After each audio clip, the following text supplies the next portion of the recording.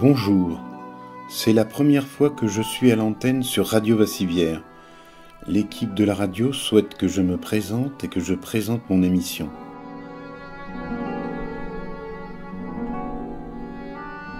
Je suis Vincent le questionneur. J'ai une très faible vision, alors j'ai développé ma troisième oreille. C'est un peu comme le troisième œil, sauf que c'est l'oreille. C'est mon sixième chakra énergétique, l'oreille. Je pose une question, mais surtout, j'écoute la réponse.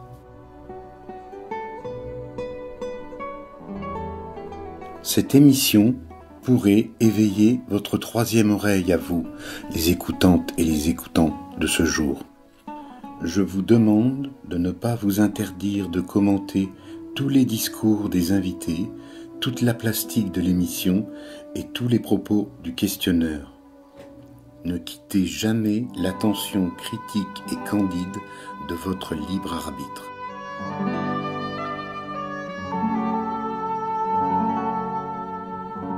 Dans la série Les Entretiens du questionneur, la campagne législative 2017 en Creuse.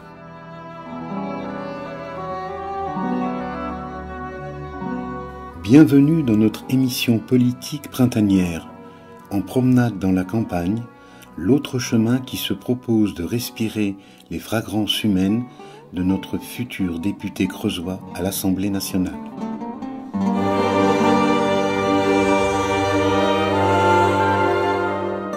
Monsieur Martial Môme, bonjour. Bonjour. Vous êtes le candidat FN aux législatives 2017 en Creuse. Alors, habituellement, je débute l'émission par ce que j'appelle le portrait creusois.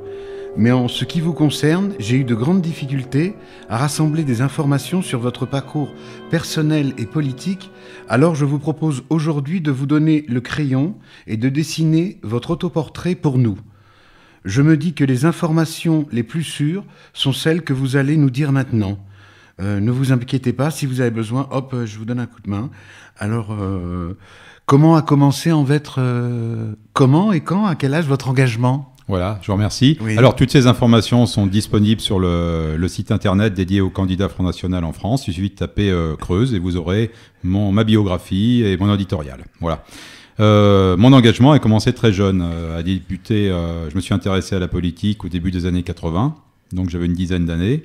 Et principalement en 1984, où j'ai découvert Jean-Marie Le Pen à l'heure de vérité, qui est resté dans les annales de la télévision, où il a eu c'était peu après l'abolition de la peine de mort, il y avait eu des assassinats d'enfants, et il a dit il faut rétablir la peine de mort, et c'est là que je me suis intéressé à Jean-Marie Le Pen, et puis de fil en aiguille au Front National. Excusez-moi, redites-moi que je situe... vous m'avez dit une année, vous aviez quel âge en fait ? 14 ans. 14 ans, très bien, d'accord. Et donc, parce que moi j'avais mis, des fois on a un souvenir par rapport à une rencontre, par rapport à quelqu'un, et vous Non. en fait c'est Moi, un discours à la télévision. C'est voilà. très précis, Ouais. c'est l'heure de vérité de Jean-Marie Le Pen en février 84, j'avais à peine 14 ans, puisque je les allais voir au 1er mai, Ouais. et j'ai eu comme un flash, voilà, sur le personnage. Et après, j'ai approfondi les choses, et j'ai évolué en fonction aussi de mon évolution personnelle et de l'évolution du parti. Et donc les souvenirs que vous avez à cet âge-là, on va dire à 14 ans que vous voyez, donc les premières images politiques, les premières notions, parce qu'à 14 ans... Même avant. Oui. Même À 11 ans, ouais. l'élection présidentielle de 81, je me souviens très bien que j'avais gardé, mes parents recevaient les professions de foi de tous les candidats, bien sûr, François Mitterrand, Giscard d'Estaing, Georges Marchais, et j'avais gardé toutes les professions de foi pour regarder un petit peu ce qu'ils disaient. Bon, je n'avais pas encore une conscience politique, mais ça m'avait déjà intéressé.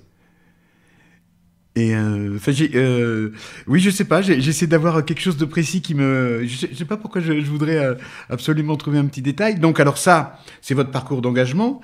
Et quand, à partir de quel moment donné, donc vous partez de cet engagement, enfin ce flash, comme vous avez dit, si je me souviens bien, vous avez employé ce mot-là, quoi, à un engagement donc du coup dans l'action politique, d'en penser à un moment donné vous présenter, comment ça naît en vous, Si ça ? on veut faire toute la chronologie, au lycée, je faisais pas de politique, mais j'avais mes idées politiques, donc j'en parlais avec des camarades qui n'avaient pas forcément mes idées, mais je ne militais pas. Après, j'ai fait l'IUT à Montluçon. Oui. Donc, ce qui m'a fait vraiment militer, c'est le Parti socialiste. Je crois que c'était Cambadélis à l'époque, qui avait fait une pétition pour interdire le Front National. Donc, vers 1990. Alors je me suis dit, bon sang, pourquoi il veut faire ça? Voilà, je suis pas d'accord. Et c'est là que j'ai pris contact avec le Front National de l'Allier à l'époque pour dire, voilà, il y a une pétition qui circule pour faire interdire le Front National, donc je vous en informe. Oui. Et après, ils m'ont dit, si vous voulez participer à des manifestations, venir au 1er mai, la fête des Bleus, Blancs, Rouges, on prend vos coordonnées, puis de fil en aiguille, dès 1990, je me suis rendu à ces manifestations. Alors 80-90, vous dites 10 ans, donc là vous aviez 20 ans à peu près, c'est ça? Ah, j'avais 20 ans, Voilà, vous aviez 90, 20 ans. exactement. Ok, d'accord. Et donc ça, et puis à cette époque-là, vous habitez où? Parce que vous avez parlé de l'Allier, là vous êtes pas creusois d'origine, vous êtes... La plupart de mes origines sont creusoises. Ma mère est née en Creuse, à Bussière-Saint-Georges. La plupart de mes ancêtres sont creusois. J'ai vécu toute mon enfance et une grande partie de ma jeunesse à Trégnat. C'est dans l'Allier, vraiment limitrophe de la Creuse. Pour ceux qui connaissent, c'est pas du côté de Vassivière, c'est limitrophe des villages de Lérat, Soumans, Nouan, donc près de Boussac. Voilà. Et j'ai fait mes études à Montluçon, et puis après, j'habite depuis déjà pas mal d'années à Boussac-Bourg, qui est à 12 km, mais qui est dans la Creuse, effectivement.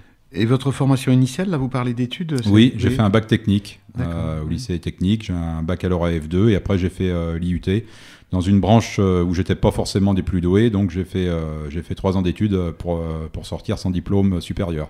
J'ai un niveau DUT génie électrique, mais j'ai pas le diplôme. Voilà. Donc j'ai travaillé quelques mois dans ce secteur, et après j'ai changé de voie directement parce que je voyais que ça allait pas. C'est une chose que je me souviens, c'est que voilà, j'ai cru entrevoir que vous aviez souvent changé de profession. Oui. Voilà, dans votre parcours, je me dis tiens, c'est un homme qui a eu le courage de la mobilité très tôt, quoi, comme on dit. De la mobilité, j'ai jamais souhaité quitter ma région. Non, mais ce qu'ils appellent la mobilité en termes économiques, c'est la mobilité, le fait de changer de boulot, se reformer, oui, tout à fait. La capacité de rebondir. Pas forcément, c'est ça. Même de prendre des risques, de me mettre à mon compte, de changer. Voilà. Disons que je suis pas du genre comme ça se faisait à une époque, et bon, il y a des gens qui trouvaient leur compte, rentrer dans une usine et faire toute sa carrière. Non, je me serais pas vu comme ça. Et je ferais certainement d'autres métiers jusqu'à la fin de ma carrière, à mon avis, c'est même certain. Et donc après, le dernier petit détail déclencheur que j'aimerais bien parler avec vous, avoir un petit échange dessus, c'est quand c'est la première fois que vous dites « je me présente à ces élections », c'est-à-dire votre décision, du coup, de faire une campagne, votre première campagne. C'était quoi votre première campagne, en fait? Alors, ma première campagne, c'était pas une campagne sous l'étiquette du Front National, c'était une campagne sans étiquette. J'étais à Trégnat, où j'étais commerçant. J'ai souhaité me présenter au conseil municipal. Donc j'avais demandé au maire sortant à l'époque s'il y avait de la place sur sa liste. Il me dit oui, peut-être, on verra. Mais personne connaissait. J'avais mes idées politiques, mais personne ne les connaissait. Et la plupart des gens ne dévoilaient pas leurs idées politiques. C'était, vous savez, une liste d'union pour la commune, en fait. Oui. Et en fin de compte, ils avaient bouclé la liste sans me redemander. Et j'ai dit, bon, j'aimerais bien me présenter quand même. Et j'ai trouvé 3 personnes exactement dans la commune, qui ont dit, on veut faire une liste, et ben on va en faire une ensemble. Parce qu'il n'y avait pas de notion de quantité de candidats dans les petites communes. On pouvait se présenter à 2, à 3, à 4. Je comprends. Voilà. Ouais. Donc on s'est présenté à 4, avec des gens qui, j'ai su après, avaient des idées, pour certains, totalement opposées aux miennes, politiques.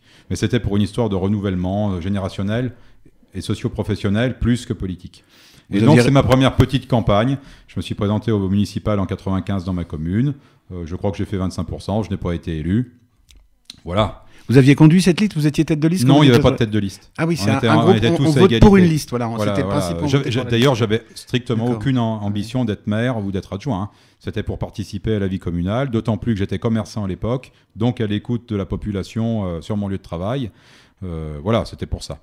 Donc ça, c'était en 1995. Après, donc, étant donné que j'étais commerçant, je ne voulais pas non plus m'impliquer dans la politique, parce que surtout à cette époque, c'était quand même très risqué, du point de vue professionnel. Même pour ça, j'ai été boycotté par certains. Donc, c'est quand après, je militais au Front National en Creuse, je faisais des campagnes pour les autres, mais plutôt discrètement. Parce que vous faites partie... Ce que j'entends, c'est qu'en fait, vous avez un vécu... de militants au Front National, de candidats, et vous avez un vécu où c'était la période où il fallait le cacher, c'est ça que vous dites, où il fallait pas forcément... on n'avait pas... Voilà. Oui, vis-à-vis de la famille... C'était toujours à l'époque de Jean-Marie Le Pen, ça. Bien sûr, c'était Jean-Marie Le Pen. Mais j'avais aucune honte, strictement aucune honte, mais bon, j'habitais chez mes parents, je voulais pas les mettre en difficulté, parce qu'on était quand même très diabolisés. Et quand j'étais commerçant, eh bien, je me suis dit, quand on est commerçant à l'époque, on peut être boycotté. Et bon, ça arrive encore maintenant, mais c'est très rare. Mais à l'époque, c'était fréquent. J'allais quand même tous les ans au défilé du 1er mai, mais j'évitais les caméras. Maintenant, je les recherche. Avant, je les évitais. Ouais.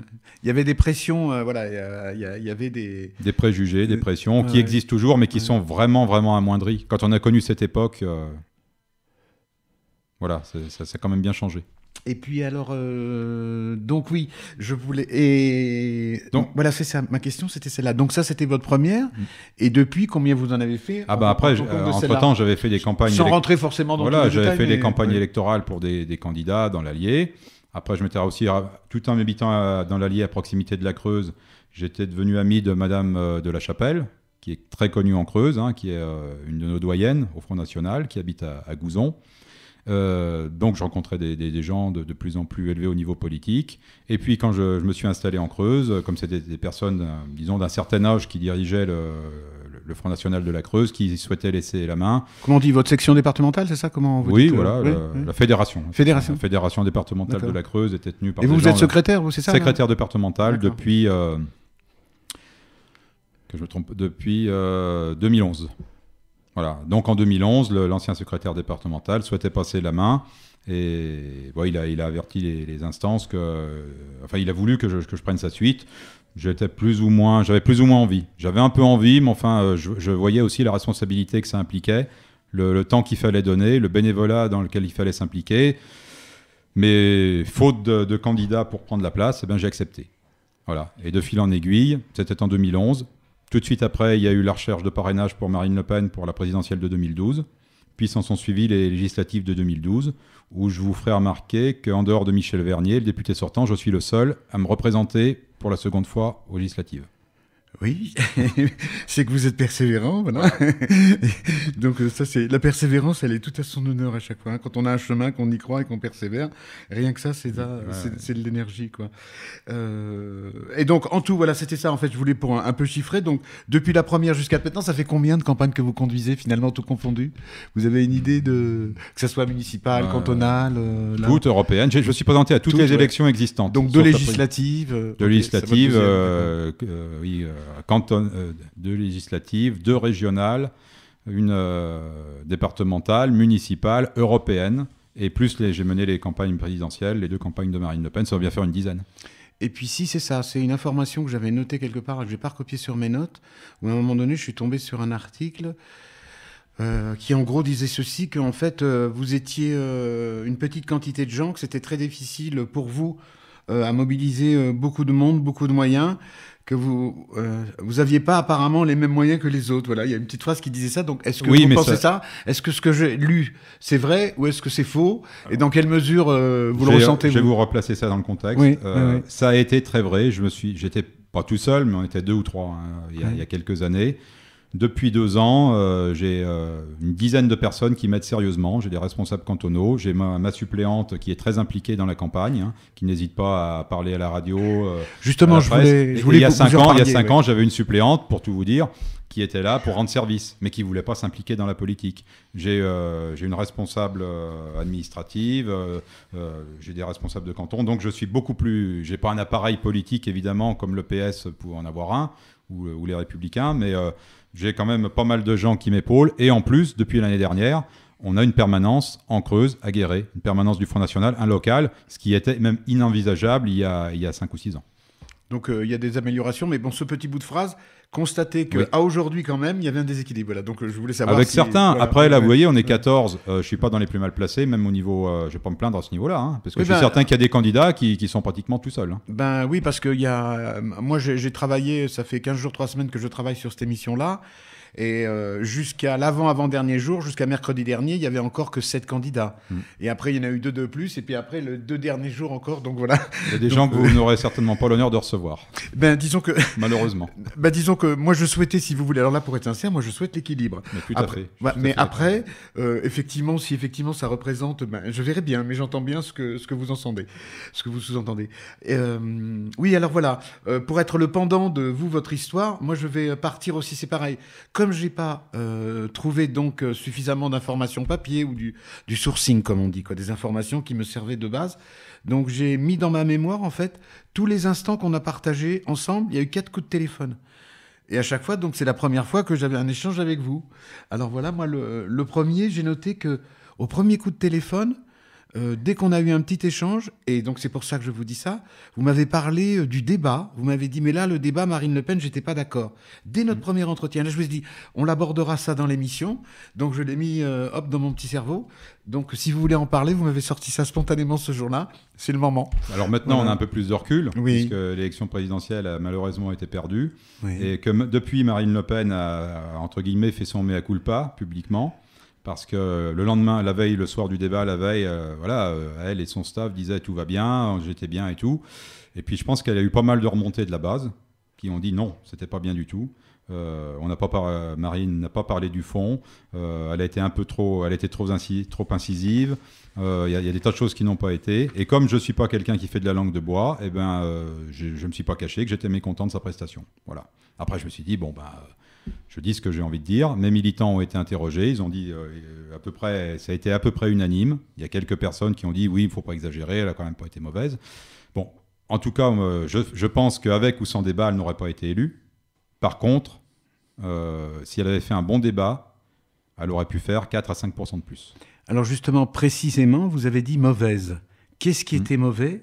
Et vous venez de finir en disant si elle avait fait un bon débat. Oui. Donc en partant de qu'est-ce qui a été mauvais, vous aviez intuitionné ou visionné un bon débat possible pour votre candidate. Est-ce que vous pouvez m'expliquer les deux ? Voilà. Alors, moins d'invectives, moins chercher à déstabiliser l'adversaire qui apparemment s'était bien entraîné. Oui. Je pense qu'elle l'a sous-estimé de ce côté-là. Et puis, disons que c'est une question de personnalité aussi. Hein. Moi, c'est ma présidente, je la respecte, je l'admire à bien des égards, mais on n'a pas du tout la même personnalité. Moi, je ne suis pas du tout pour critiquer les adversaires, pour essayer de les dégommer. Je suis plutôt là pour faire mettre en valeur mes idées et les opposer et avoir un débat constructif. Donc, disons qu'il aurait mieux valu qu'elle mette en avant toutes les idées du programme de Front National, autant au niveau social, au niveau protection de l'économie, à tous les niveaux, plutôt que de chercher à dénigrer l'adversaire. Voilà le gros défaut qu'il y a eu. Après, tout n'a pas été négatif non plus. Il y a eu quand elle l'a mis en porte-à-faux sur le terrorisme, ça a été plutôt bien vu. Mais voilà, disons que attaquer trop l'adversaire, c'est au détriment des explications de nos propres convictions. Et puis, elle a fait un petit cafouillage aussi au niveau de l'euro, un petit rétropédalage qui n'a pas été compris du tout. Ça, vous me restituez un peu toutes les formes, compris les observations. Oui. Voilà, des experts et tout, donc vous êtes à peu près d'accord là-dessus. Je pense qu'ils ont été assez objectifs pour ce coup. Hein. Ouais. Mais là, donc moi je voulais en venir, à un moment donné, vous avez dit, c'est pas comme ça que je l'aurais fait, c'était plus très bien ça vos mots. Mais donc pour moi, la deuxième partie, c'est comment vous l'aviez imaginé, voilà le débat idéal en fait. Quelle stratégie vous auriez à la place, vous avez dû dire, mais vous venez un peu de le dire, mais si vous voulez rajouter des choses, pour compléter. Ouais. Peut-être d'être plus précis sur les dossiers et de mettre en avant les propositions du programme qui, encore une fois, avait toutes 144 mesures, je crois, assez précises dans tous les domaines. Il a manqué de fond. Le débat a manqué de fond, de la part de M. Macron aussi, hein, bien sûr, puisque une fois que c'est parti dans un sens, ça s'emballe des deux côtés. C'est-à-dire que là, effectivement, dans l'échange que vous dites, moi je suis d'accord sur le fondement, à partir du moment, je partage ça avec vous, à partir du moment où on a un échange, on doit défendre ses positions, on argumente ses positions, on laisse respirer l'autre sur ses positions, et puis après, il y a une écoute. Voilà. Donc les gens tranchent. Et effectivement, mais moi, de ce que j'en ai suivi, parce que j'ai suivi bien avant d'avoir le projet d'émission, je pense que quelque chose, c'est mon avis, et l'autre fois aussi, je me suis impliqué, donc je m'implique, là aussi un peu pareil.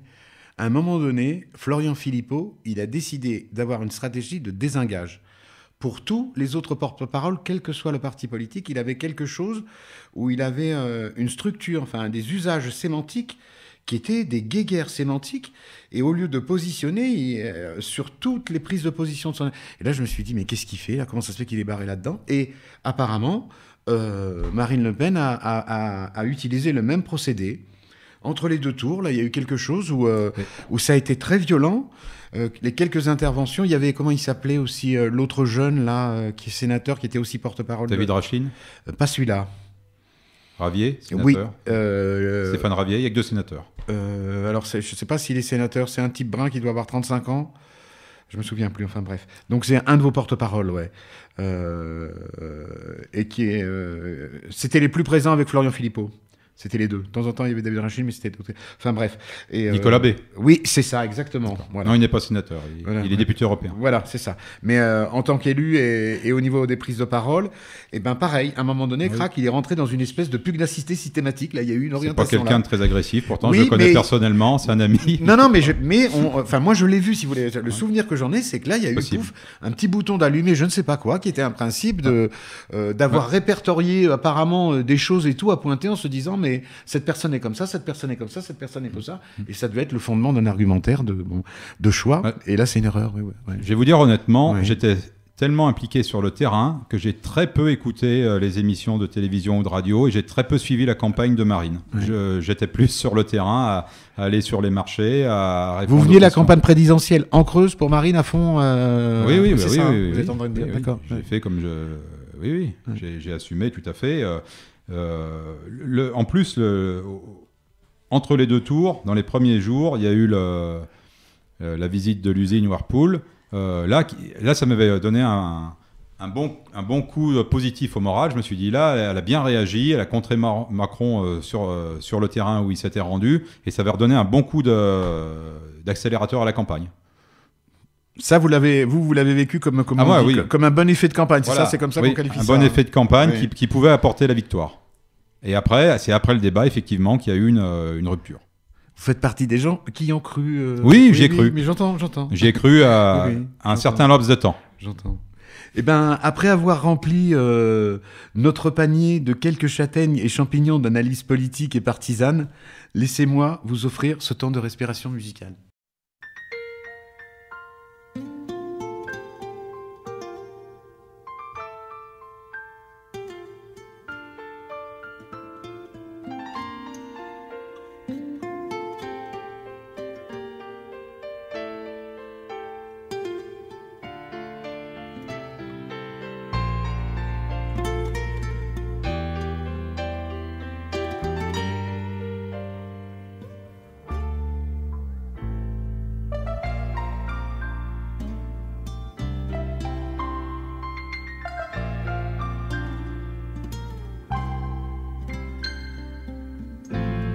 You walk out on the high wire. You're a dancer on thin ice. You pay no heed to the danger, and less to advise. Your footsteps are forbidden, but with knowledge of your sin, throw your love to all the strangers and caution to the wind.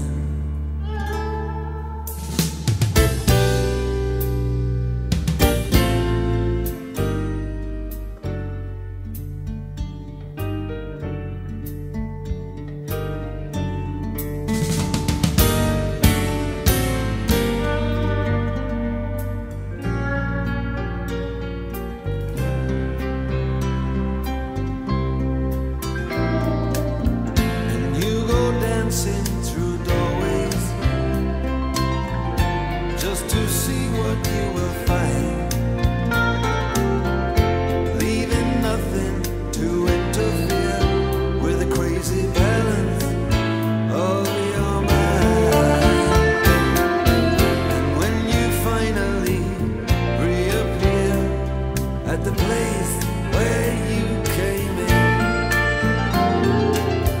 you've thrown your love to all the strangers and caution to the wind.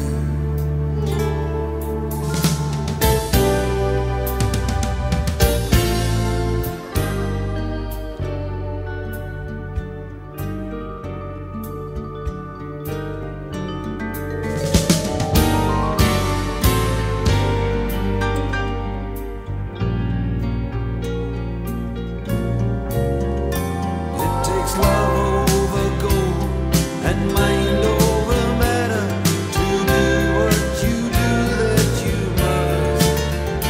When the things that you hold can fall and be shattered or run through your fingers. fingers like dust.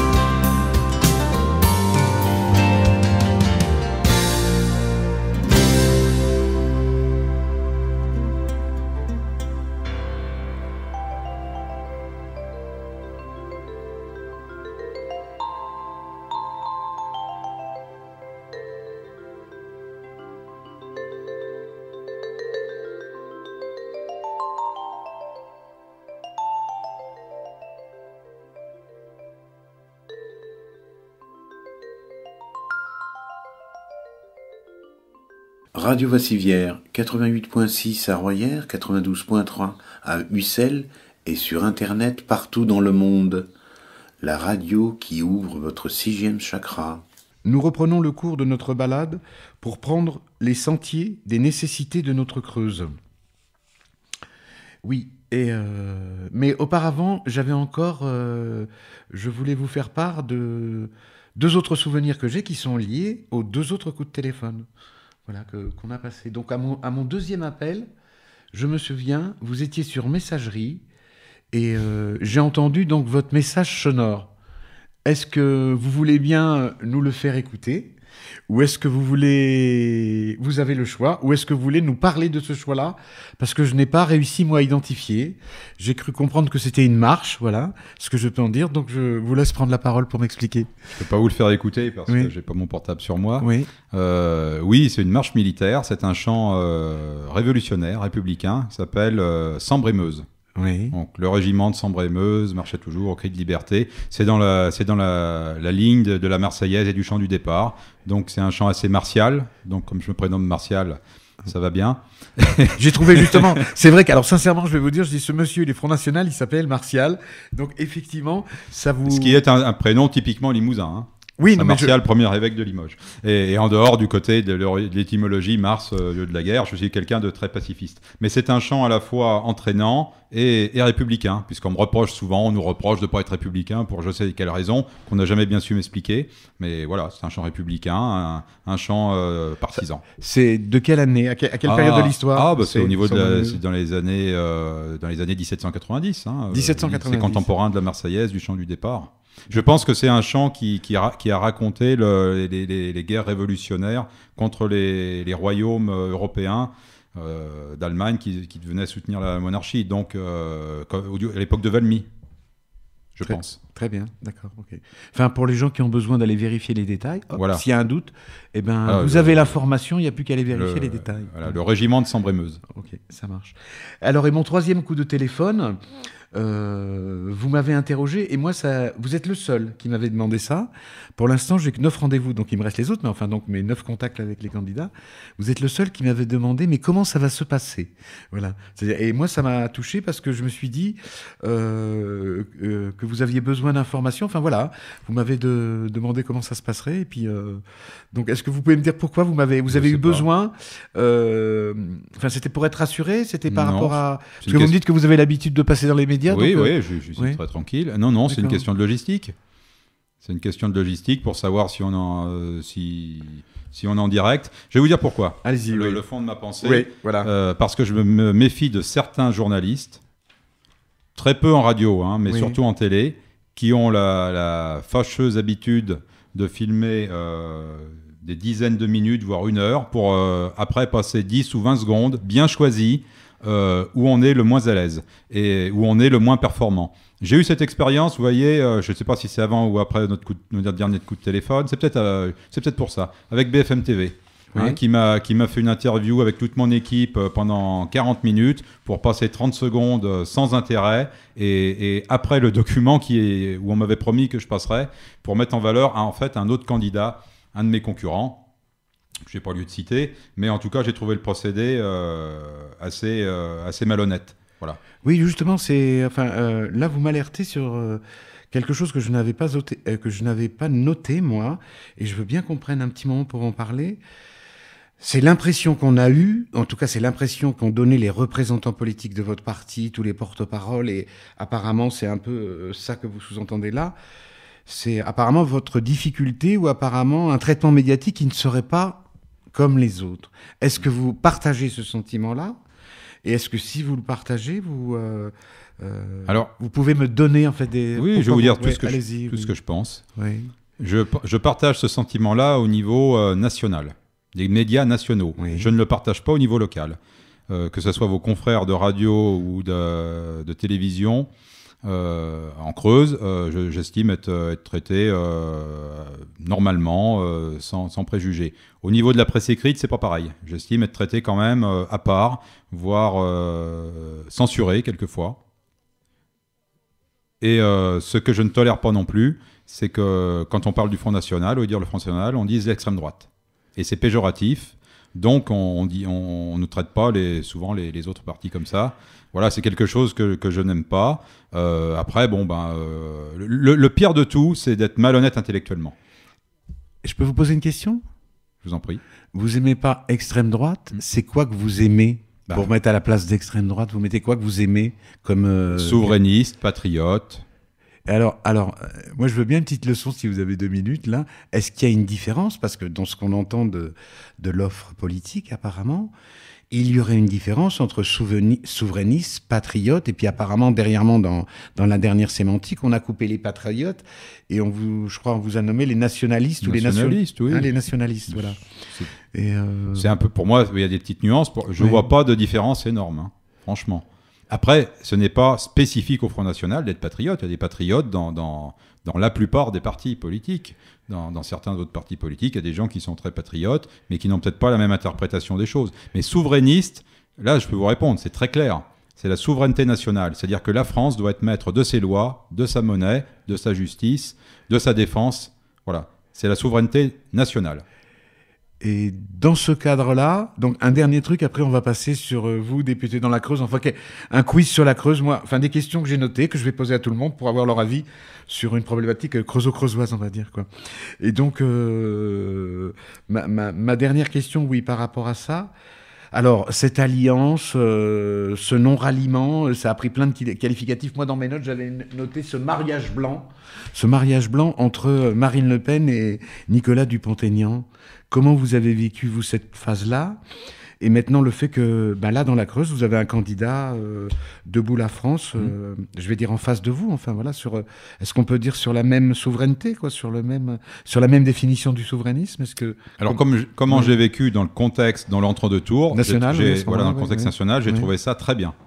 Très bien, puisque ça cassait le soi-disant Front républicain, c'est-à-dire tous les partis réunis contre le Front national. Là, Nicolas Dupont-Aignan a tendu la main à Marine Le Pen, ou l'inverse. Ils ont fait une alliance, je dirais pas, c'est pas un mariage blanc, mais je dirais plutôt une alliance de circonstances.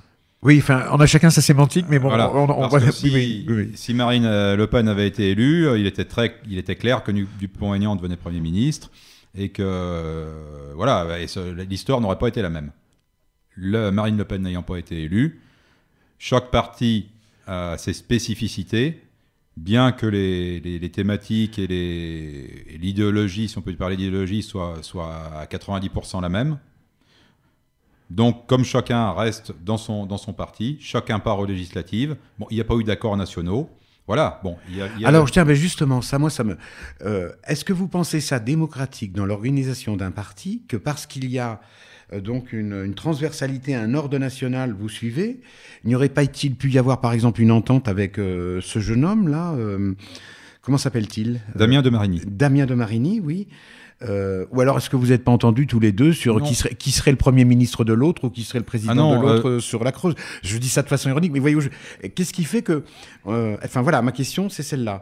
Est-ce que vous pensez ça, une organisation démocratique, de ne pas vous pouvoir laisser les gens sur un petit territoire convenir d'alliance, de rapprochement pour conduire... ça vous paraît pas possible ça dans le... Non.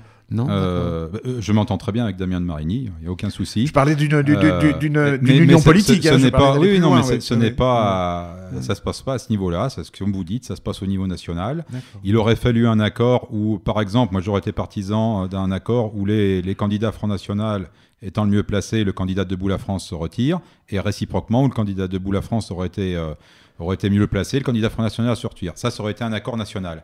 Après, sur quelle base? Si on avait fait un accord sur cette base, étant donné que le Front National est un parti quand même qui a une puissance électorale énorme par rapport à Debout la France, au niveau électoral. Quelle différence de score il y a entre vous et lui, là, sur la Creuse, par exemple?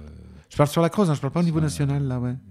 Parce que moi, en fait... 4 fois, entre 3 et 4 fois, on est entre 3 et 4 fois plus d'électeurs. Mais lui, il a une histoire plus courte que vous, au niveau de l'implantation. Il est venu en Creuse après moi. Après, bon, c'est quelqu'un qui est militant, qui a fait beaucoup de travail aussi de son côté pour sa formation politique. Je sais pas si je dis une bêtise, mais il me semble qu'il vient de l'UMP à l'origine, quelque chose comme je ça. sais pas. Ou... Écoutez, vous lui poserez la... Oui, je lui demanderai, mais voilà. Vous lui poserez la mais... question. Mais c'est pas une affaire de personne. Oui. Voilà. Après, chaque parti politique investit des candidats. Et puis bon, moi personnellement, je n'ai jamais eu une ambition démesurée au niveau d'une élection. Je me présente bien sûr pour être élu, surtout encore plus aujourd'hui que par le passé, puisque le vent va plus dans notre sens. Mais bon, il y a certaines personnes, si on leur demande de se retirer une fois qu'ils ont été investis, quel que soit le parti, il y en a qui ne le prennent pas bien du tout. Hein, et il y en a qui quittent le parti, il y en a qui font scission. C'est quand même très délicat parce que c'est aussi un problème de relations humaines, d'ego, voilà, tout ce genre de choses. Alors après, là, chacun de nous est candidat pour sa formation politique. J'estime que c'est pas un adversaire, c'est un concurrent. Vous voyez la différence sémantique. Oui, enfin, c'est la vôtre, elle vous appartient. Voilà, c'est mon point de vue. Ce n'est pas un adversaire, c'est un concurrent. Et je pense qu'il pourrait vous dire la même chose de moi. Eh bien, écoutez, là où je vais être sincère aussi dans mes démarches et tout, c'est alors, vous êtes la personne qui a eu des demandes spontanées au téléphone. Et ce jeune homme-là, c'est la personne qui m'a le plus aidé à trouver des coordonnées, qui m'a dit « mais on se connaît, on est très amis, on est concurrents dans la campagne et tout, mais on se parle, nous, entre les politiques. » Voilà, il m'a donné ça comme cadeau, ce jeune homme. Oui. Il m'a confié, voilà. Ça correspond. Et voilà, ça correspond. Donc, je vous fais confiance à vous, les politiques creusois, apparemment, vous arrivez à être humains entre vous. C'est super d'avoir... Même avec mes adversaires acharnés, moi, je tente toujours la main. Hein. Oui. En général, on me la sert, il y en a qui refusent. Voilà, c'est dommage. Et donc, oui, alors j'avais une dernière question. Donc là, au niveau national et au niveau... est-ce que vous avez réfléchi? Et je pense que oui. Donc, c'est un peu plus de 66% de gens qui n'ont pas voté pour Marine Le Pen aux dernières présidentielles. Et comment vous expliquez ces 66% de gens? Ce que les gens appellent le plafond de... Moi, j'ai envie de dire un plafond de pierre, voilà, de granit creusois, là, un vrai plafond, parce que je sais pas. Et donc, est-ce que vous pouvez me donner votre avis, voilà, sur cette question-là? Comment... Enfin, est-ce que vous avez une stratégie? Est-ce que vous avez une réflexion? Ces personnes-là, où ils sont? Il se trouve qu'en Creuse, Oui. les résultats correspondent au score national. Et pour Marine Le Pen, ça a été le meilleur score de l'ex-Limousin. Vous si me le vous rappelez, vous savez? 34% D'accord. pour Marine Ça, Le c'est le Pen. résultat des deuxièmes tours, ça. Oui, 20 000 voix. Et 34-24, voilà, c'est Ouais, ça. voilà. Ok. Et vous Ouais. prenez en Haute-Vienne ou en Corrèze, ils sont moindres. Je sais pas. Oui, je sais pas. c'est le meilleur score du Limousin. Ouais. D'ailleurs, vous savez que j'ai fait le meilleur score du Limousin aux élections régionales, au premier tour, et j'ai pas été élu. Donc, ce que vous êtes en train d'essayer de me dire, c'est l'endroit où il y en a eu le moins qui ont voté contre, quoi, ou qui n'ont pas voté pour. Voilà. Mais moi, je voulais que vous me parliez de cela. Comment vous les voyez, ceux-là, là? Alors, Oui. pour moi, il y a deux sortes d'électeurs. Il y a ceux qui sont farouchement contre parce qu'ils sont contre notre projet de société, Oui. parce qu'ils sont européistes ou mondialistes. Ou, C'est voilà. pas leur conviction. c'est pas- Voilà, ce sont leurs convictions. Donc, c'est des gens qui, a priori, ne changeront pas. Je respecte leurs convictions, bien entendu, mais il n'y a pas grand-chose à faire pour les faire changer d'avis. Et puis, il y a la grosse majorité, ce sont des gens qui sont influençables. C'est-à-dire qu'ils ne sont pas du tout contre nous, mais soit qu'ils connaissent mal nos propositions, soit qu'ils sont influencés, j'en reviens, aux médias. Pas aux radios locales, mais aux rouleaux compresseurs médiatiques, des chaînes d'information continue, des chaînes nationales. À chaque fois, par exemple, qu'il y a un débat entre experts sur une question économique, principalement économique ou migratoire, 9 fois sur 10, ce sont des gens qui sont contre le Front National et qui disent, voilà, quand vous avez main dans la main la CGT, le MEDEF contre le Front National, eh ben, évidemment, ça a un impact psychologique sur la population, sur les électeurs. Je pense qu'il y a des malentendus et il y a des a priori. Parce qu'on nous accuse des fois d'avoir des a priori sur certaines populations, mais il y a des gens aussi qui ont des a priori contre nous. Moi, il y a des gens qui me traitent de nom d'oiseau alors qu'ils ne me connaissent pas. Ils ne connaissent pas mon parcours, ils ne connaissent pas ma vie, ils ne connaissent pas mes amis. Vous voyez ? Moi, ce que j'entends là, c'est que vous avez dit il y a des malentendus, Oui. mais quand même, à un moment donné, dans toute votre rhétorique, là, vous êtes tombé sur le travers Oui. de Des médias. Les médias, par Ouais, exemple, oui. oui. J'assume. Et vous êtes tombé, attendez une minute, sur le travers de les gens nous qualifient d'eux, Oui. enfin, Ouais.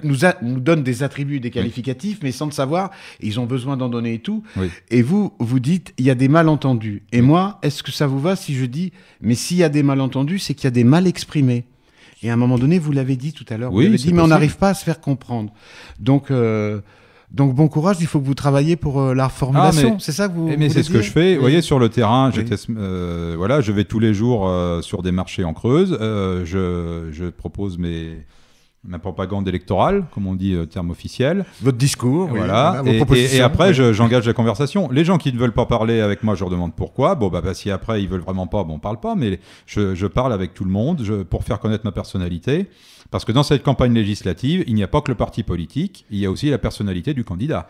Ah, Je mais pense c'est- que vous pouvez m'en parler. On a chacun notre personnalité, non seulement son parcours, mais sa façon d'appréhender les choses, sa façon de parler aux gens, sa façon de vivre, tout simplement. Ben, en communication, on dit il y a le message et il y a le messager. Oui, Et le messager, il est en adéquation. C'est là que ça peut-être effectivement être différent des autres candidats, ce qu'on va dire tribun par exemple pour Mélenchon. Enfin, Oui. il y a le messager.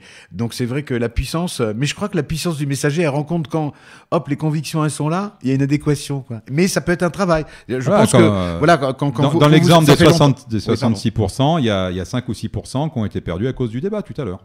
Tout de ce qu'on parlait tout à l'heure. Voilà. Après, je vous dis, le problème, c'est qu'on n'est pas dans une réelle démocratie où tout le monde peut être informé de manière objective. Moi, quand j'ai posé la question Alors là, aux je journalistes comprends pas. de BFM, je parle pas à vous, je parle en général. Non, mais je comprends pas quand même. C'est-à-dire la façon dont vous venez de le dire. Redites-le-moi une fois, parce que vous avez, si j'ai bien compris, reformulez là votre idée là. Vous m'avez dit, si j'ai C'est bien. le manque d'objectivité Oui. de la plupart des grands médias à l'égard du Front National. Oui, enfin moi je pourrais. On va prendre un sujet. Alors, L'Union allez-y. européenne. Alors, Voilà, je vais vous voilà, donner un exemple. vous avez raison. Le plus facile, Voilà, c'est de s'appuyer sur un exemple. Sur Allez-y. un exemple. Oui, allez-y. L'Union européenne. Oui. Donc nous sommes a priori pour sortir de l'Union européenne si et seulement si elle n'allait pas dans le bon sens. Oui. C'est-à-dire que là, elle va dans le très mauvais sens, elle va dans un sens ultralibéral et limite dictatorial. Nous sommes pour une Europe des patries, une Europe des nations. C'est-à-dire, on n'est pas du tout belliciste, on est là pour s'entendre avec les pays frontaliers, Oui. mais tous, ça ne s'arrête pas à l'Allemagne qui essaye toujours de nous gouverner. L'Europe, elle va jusqu'à la Russie, par exemple. C'est le continent européen. Vous Bref. êtes d'accord que c'est un outil de la paix? L'Europe, c'est un outil de la paix. L'Europe, oui, mais la construction européenne telle qu'elle a été faite, non. Je pense que c'est une illusion. Qu'est-ce qui a créé la paix après la Seconde Guerre mondiale? C'est uniquement la menace nucléaire, à mon avis. Après la paix, moi je suis pour la paix, mais pas pour l'esclavage. Pas pour la paix dans la soumission à l'Allemagne. Non, mais il y a les hommes aussi. Tout à l'heure, on parlait de l'humain et tout. Je pense que peut-être il y a la menace nucléaire, mais il devait y avoir des êtres humains au bout de ces décisions de menace nucléaire qui se sont entendus, qui se sont parlé d'homme à homme. Donc là... Il y a des rapports de force. Enfin bon, je revenais excusez-moi, à mon raisonnement. Oui. Sur la construction européenne, pour laquelle nous sommes opposés, Debout la France est opposée, les insoumis de Mélenchon sont opposés aussi à la construction européenne telle qu'elle est présentée. Voilà. Oui. Alors dès qu'on va dans le sens d'être contre, c'est comme si on faisait un blasphème contre une religion. C'est-à-dire qu'on casse un dogme. On lui dit, voilà, vous êtes horrible, vous êtes contre, c'est la paix, c'est la démocratie, sinon tout va s'écrouler. Mais sans jamais expliquer par A plus B. Alors que nous, non seulement nous pensons que l'Union européenne est mauvaise pour l'économie française, pour la souveraineté de la France, mais des experts aussi le pensent. Des économistes. Mais ceux-là, on leur demande en gros de se taire, on les diffuse pas. Et c'est comme tous les sujets. Dès que quelqu'un est anti-système ou hors de la pensée unique, il faut qu'il se taise. Mais j'aimerais rajouter à ça, qu'est-ce que vous pensez de la prestation de M. Asselineau dans sa compétence à s'appuyer sur tout un tas de savoirs argumentés pour démontrer la pertinence de sortir de l'euro. Et je finis ma question, je sens que vous pouvez répondre. Et donc par rapport à la reformulation et tout, moi j'ai le sentiment qu'il a apparu comme très pédagogique dans tous ceux qui offrent ça, et qu'il a rassemblé dans tous ceux qui offrent ça le moins de voix. Oui. Alors qu'il avait une démarche pédagogique, donc... Il a eu une démarche pédagogique un peu trop technique, à mon avis, pour l'ensemble de la population, du corps électoral. Mais ce que je lui reproche le plus, c'est pas ses idées, c'est la façon de les mettre en œuvre. C'est-à-dire, il a dit, voilà, si je suis au pouvoir, par le traité, par l'article tant du traité européen, je sors. Moi, je suis pas d'accord. Moi, je dis, il faut demander l'avis au peuple. Je suis pour le référendum. Oui. À la fois le référendum d'initiative populaire et le référendum à l'initiative du président de la République. Mais avant de demander l'avis au peuple, il faut que le peuple soit informé de manière objective et correcte, qu'il ait les deux côtés de la médaille et pas un seul. Et à ce moment-là, le peuple souverain peut décider. Mais décider comme ça, contre le peuple, on peut pas. On peut pas dans une démocratie agir contre le peuple. Malgré que ça ait été fait plus ou moins par les gouvernements Hollande, que ça soit pour le mariage pour tous ou pour la loi El Khomri.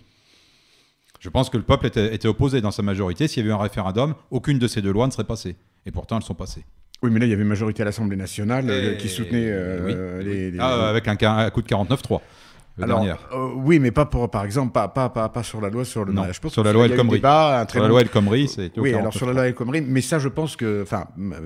j'aurais envie de dire que j'ai l'impression que M. Macron, notre nouveau président, va rentrer dans des difficultés aussi pour céder loi travail. Il veut l'accélérer en pire, la loi El Khomri. Alors oui, quels que soient les détails de fonctionnement et tout, moi je parlais sur un plan combatif, humain, par rapport à ce qui va se passer. Il aura certainement des réactions dans la rue, je pense. Alors, peut-être, mais en tout cas, c'est pas fini d'en discuter, je crois, cette loi-là. C'est là où je voulais en arriver. Ben, écoutez, je voulais qu'on se rapproche en fait de vos positions par rapport à la Creuse. Et voilà. Alors, je ne sais pas si vous êtes comme moi, mais je pense que notre pensée politique s'organise autour de clivages. Les ruraux, les néo-ruraux, les riches, les pauvres, les européistes, les nationalistes ou les souverainistes, les progressistes ou les conservateurs, les innovants productivistes ou les décroissants locavores. Alors pour vous, quel avenir, quel chemin de rassemblement et d'apaisement pour nous, la Creuse ? Je suis assez d'accord avec votre analyse, puisqu'elle détruit l'ancien clivage gauche-droite. En tout cas, c'est certain. C'est-à-dire, qu'est-ce que vous avez retenu quand vous dites que vous êtes d'accord avec mon analyse ? Eh bien, que le clivage n'est plus entre la gauche et la droite, elle est entre les ruraux et les citadins, elle est entre les nationalistes et les européistes et les mondialistes. Voilà, je partage tout à fait votre analyse. Eh bien, la Creuse, c'est un des départements de France qui souffre le plus de l'abandon du rôle régalien de l'État dans les services publics, que ce soit dans les transports, dans les postes, dans les écoles, même dans les hôpitaux, dans les téléphones portables. On est dans un coin là où souvent ça passe pas, on s'arrête en Bah ça, campagne. c'est apparemment, c'est à peu près dans le 99%, enfin de celles que j'ai lues pour l'instant. Il y a les médecins en Creuse, la téléphonie, Oui. l'accès à Internet. Accès à Internet. Vous avez tous des grands axes de travail qui sont Mais communs. ça, La gestion c'est de pas- c'est pas la politique. gestion de GMS, Il qui sont les urgences Voilà, du département en ce moment. il suffit d'observer. Oui. Et à côté de ça, non seulement on ne règle pas les problèmes, et les problèmes qui vont en s'accroissant, mais en plus on va en créer des nouveaux, qui n'existaient pas, d'un point de vue écologique. Parce que l'écologie, on peut l'apprendre de différentes façons. Vous pensez à quoi là par rapport à la Creuse, par exemple? Ah ben, je pense aux menaces, je dirais aux projets, mais je dirais aux menaces de forage minier du côté de l'USA. Je l'ai écrit ici, c'est mon quiz de la Creuse. Et donc Voilà. j'ai posé ça à chaque candidat. Alors donnez-moi votre avis. Oui, Eh sur ben, la moi, mine, oui. j'y Oui. suis totalement opposé. Oui. Et à l'implantation d'éoliennes. Alors là, c'est pareil. Je sais que je prends un risque, parce qu'il y a des gens qui sont pour, qui sont peut-être qui votent Front National, qui sont pour. Moi, je suis contre. Je sais pourquoi, et je le dis haut et fort. Il y a déjà 3 parcs éoliens en Creuse, c'est 3 de trop. Et il y a une dizaine ou une quinzaine de projets, je ne sais plus. Transformer la Creuse, qui est un territoire de bocage, un territoire magnifique de vallées touristiques, en champ d'éoliennes, c'est un crime contre la Creuse. Et je m'y opposerai de toutes mes forces si je suis élu député. Mais je peux entendre. Alors, sincèrement, je n'en avais pas conscience, apparemment, d'après ce que vous décrivez. Donc, j'irai vérifier que, apparemment, ça va prendre une emprise et un volume sur l'environnement paysager, donc sur le potentiel touristique. Enfin, je vous suis Il là-dedans. y a même un projet Oui. dans la vallée des Peintes de Crozant. Ouais. Vous vous rendez compte? Ceux qui viennent voir ce que les Peintes voyaient il y a une centaine d'années, ils vont voir des éoliennes. Les éoliennes, ça fait quand même 150 mètres de haut avec la pale. Mais et c'était ça quand tout à l'heure je vous disais, par exemple, ce qu'on appelle le clivage entre les ruraux et les néo-ruraux. Là, vous serez, si vous voulez, vous vous rapprochez de ce qu'on appelle les néo-ruraux. Ah non, donc je les suis un gens qui rural. regardent. Moi, je suis un rural. J'ai toujours vécu à la campagne. Oui, mais, mais c'est une grande partie des ruraux qui sont là et tout, qui, je pense, ceux qui sont pour, vous le trouverez pas du côté, c'est ça que je voulais dire, du côté des néo-ruraux. Même si vous êtes un rural, vous avez un nouveau regard Ah oui, sur oui, votre oui. campagne. Donc vous vous rapprochez, c'est ça que je voulais dire. J'ai un peu de ce regard genre-là.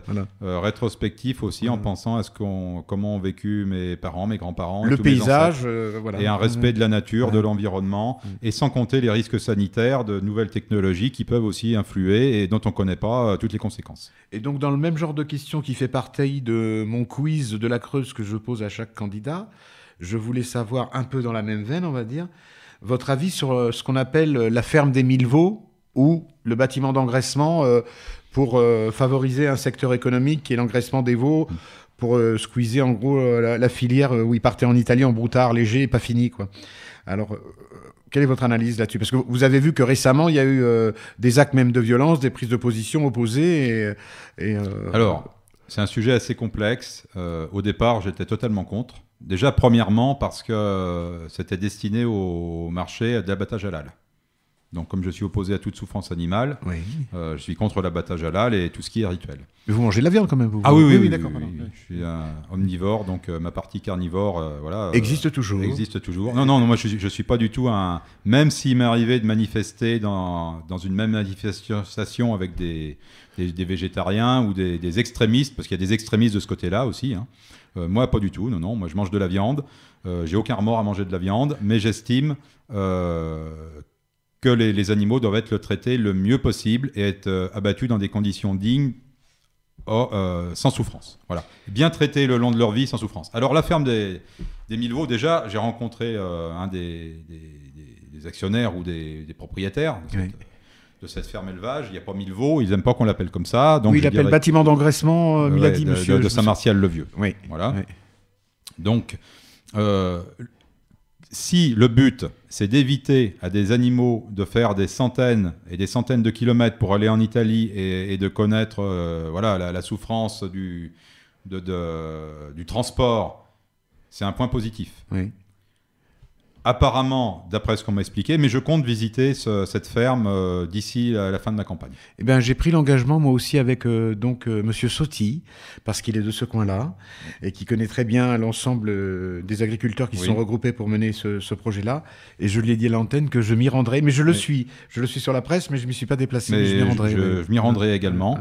Alors leur démarche, je la comprends, parce que c'est d'avoir un prix d'achat assuré par une firme qui est, je crois que Jean Rosé, fait filiale d'un. C'est-à-dire, voilà, c'est maîtriser une filière. À Voilà. partir de là, Mais- ils ont une certaine quantité, Mais donc moi, ils ce ont que, des je, économies ce que je d'échelle redoute et- en connaissant la voracité des grands groupes, Oui. c'est que, bien sûr, ils conviennent d'un prix, mais que le jour où ils se disent « Ah ben, mais vous nous vendez un petit peu trop cher, maintenant on va baisser les prix », et quand on n'a qu'un seul acheteur, après c'est du chantage. C'est le chantage qui est exercé par la grande distribution sur beaucoup de maraîchers. Donc moi j'ai un petit peu peur pour eux là-dessus.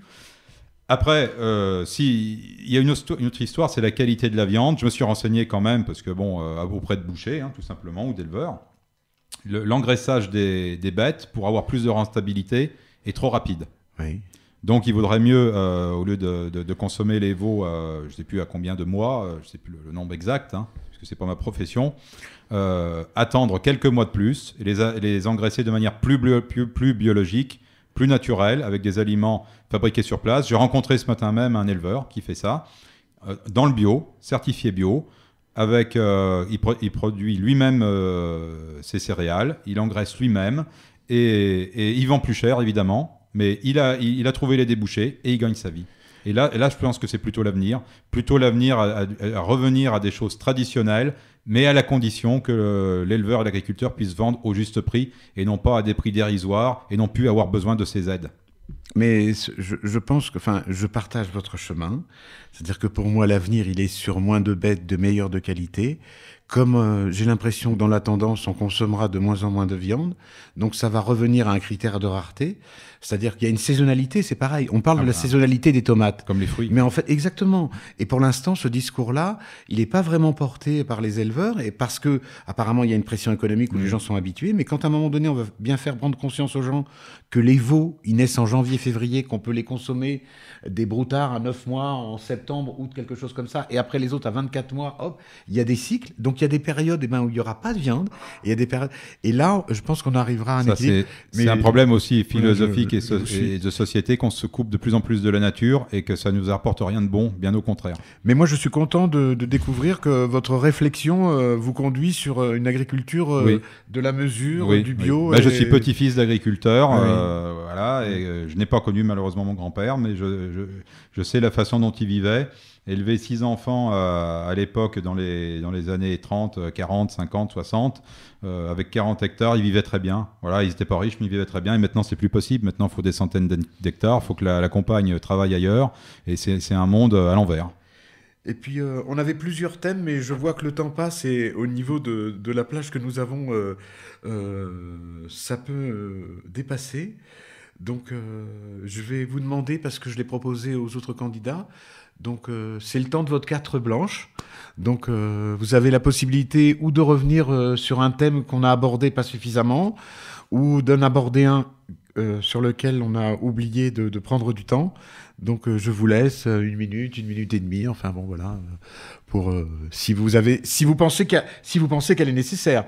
Sinon je vous avais demandé un petit texte si vous avez envie de lire. Une petite citation. Voilà, une petite citation. J'avais demandé donc à Monsieur Môme de venir avec une citation, un écrit qui concernait une période de sa vie, enfin Non, l'homme qu'il était. Donc voilà. Plutôt une pensée, Oui, parce une que bon, pensée. chacun se réfère à des auteurs. Voilà, et j'aurais pu en citer plein, mais moi j'aime beaucoup Blaise Pascal, parce que Oui. je trouve que c'est à la fois un de nos plus grands savants français, un de nos plus grands philosophes et un homme d'une grande sagesse. Et si on rapporte ce texte à la politique, c'est un peu aussi l'histoire de mon engagement politique. La justice sans la force est impuissante. La force sans la justice est tyrannique. Il faut donc mettre ensemble la justice et la force. Et pour cela, faire que ce qui est juste soit fort et ce qui est fort soit juste. Eh ben, je vous remercie de cette citation. C'est à méditer et il y a beaucoup de choses à l'intérieur de ça. C'est un joli soir. Et puis on va se quitter. Donc je vous avais demandé. Ah si, il y a une question que je tiens à vous poser. Même si on a dépassé le temps, on s'arrangera. Est-ce que vous êtes au courant qu'il y a 8200 miges qui ont été mises en circulation dans la Creuse depuis dimanche dernier? Est-ce que vous êtes au courant de ça? Je suis au courant du projet. J'ai ma suppléante qui s'est rendue sur place quand il y a eu cette.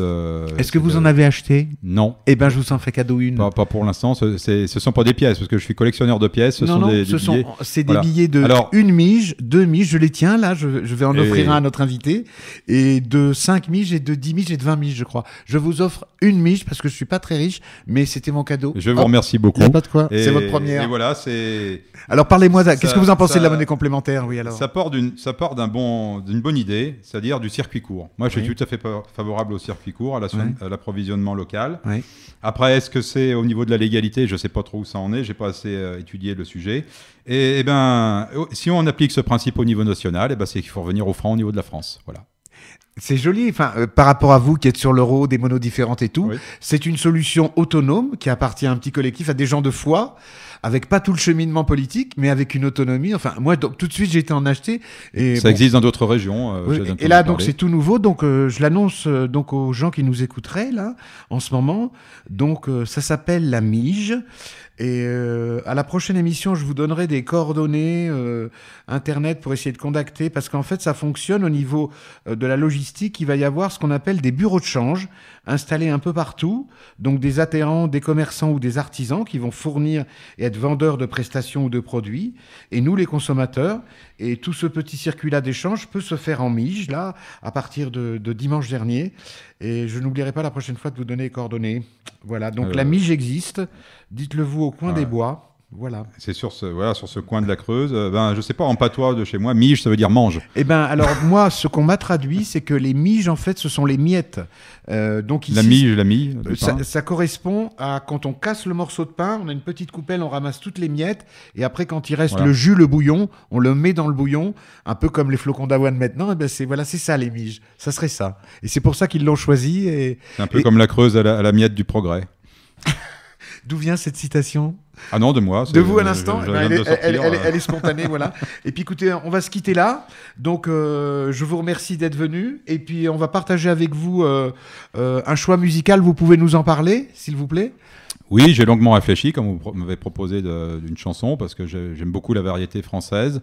Je suis un grand fan de Michel Sardou, de Jacques Brel, Daniel Guichard, mais j'aurais pu mettre une chanson polémique, mais j'ai choisi une chanson. Je vous remercie. J'ai choisi une chanson d'hommage aussi à un de mes arrière-grands-pères, Ouais, qui était maçon creusois. Comme Martin Nadeau. Voilà. Ouais. Et donc, c'est la chanson Les Maçons de la Creuse, dans la version de Serge Berry, qui est un artiste berrichon que j'apprécie beaucoup. Eh ben, je vous remercie parce que je pense que ça sera agréable à écouter pour tout le monde. Eh bien, écoutez, bonne campagne à vous. Et puis, eh ben, ce que je vous souhaite, si effectivement on a un projet peut-être de deuxième tour, eh ben, parce que j'ai cru comprendre, alors oui, là, dernier avis pour tout le monde, qu'il y aurait peut-être 3 ou 4 candidats. C'est ça? Vous, C'est tout à fait vous possible. hochez de la tête et C'est tout à apparemment fait c'est tout à possible. fait possible. Vous avez les mêmes données que ça. Oui. Eh bien, écoutez, merci beaucoup. C'est très agréable que vous soyez venu aujourd'hui. Et puis, bonne fin de journée. Merci beaucoup de votre invitation. Au revoir. Au revoir. On a fait des chansons de toutes les manières sur les joyeux garçons, les guerriers, les bergères, pour ne pas répéter une chose ennuyeuse. Amis, je vais chanter les maçons de la Creuse. Amis, je vais chanter les maçons de la Creuse. Quand revient le printemps, ils quittent leur chaumière, laissant les vieux parents, les enfants et la mère. On voit le désespoir de la femme vertueuse lorsqu'elle dit au revoir aux maçons de la Creuse. Lorsqu'elle dit au revoir aux maçons de la Creuse. Les voilà donc partis pour faire leur campagne. Ils s'en vont à Paris, en Bourgogne, en Champagne. Ils sont fiers et d'ailleurs, ils ont la macaleuse. Ce sont des travailleurs, les maçons de la Creuse. Ce sont des travailleurs, les maçons de la Creuse. Les fortifications de nos villes guerrières, les forts et les bastions qui bordent les frontières, et tous ces vieux châteaux aux tours audacieuses, ce sont les beaux travaux des maçons de la Creuse, ce sont les beaux travaux des maçons de la Creuse. Voyez le Panthéon, voyez les Tuileries, le Louvre et l'Odéon, le palais de l'industrie, de tous ces monuments. La France est orgueilleuse, elle doit ses ornements aux maçons de la Creuse, elle doit ses ornements aux maçons de la Creuse.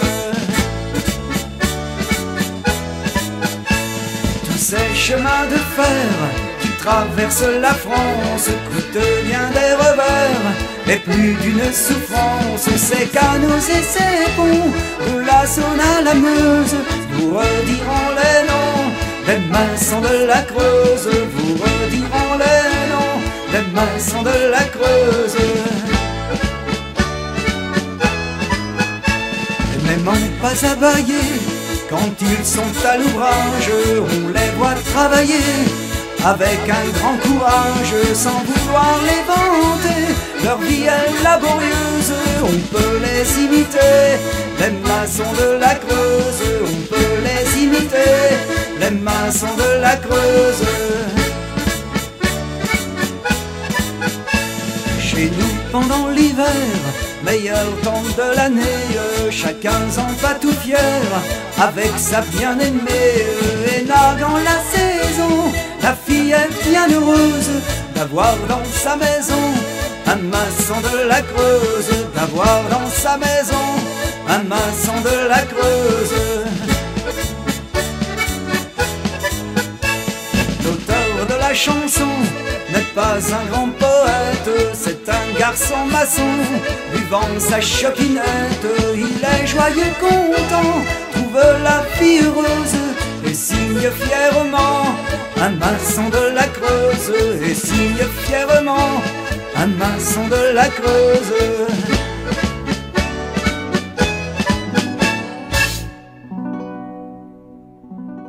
Vous venez d'écouter En promenade dans la campagne, une émission dans la série Les Entretiens du Questionnaire, campagne législative 2017 en Creuse.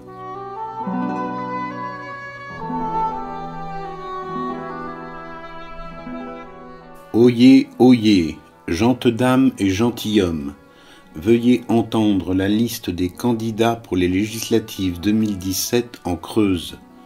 Michel Vernier, Parti socialiste. Jean-Jacques Lacarrère, Lutte ouvrière. Jean-Baptiste Moreau, La République en marche.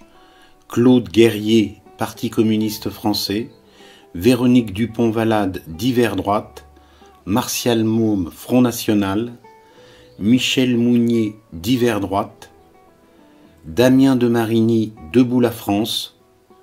Jérémy Sotti, Les Républicains, Union et UDI. Pierrette Bidon, Europe Écologie Les Verts. Philippe Gombert, UPR. Laurence Pache, France Insoumise. Cécile Pinault, Alliance écologique indépendante. Hervé Guillemot, Nouvelle Donne. À vous de faire votre choix.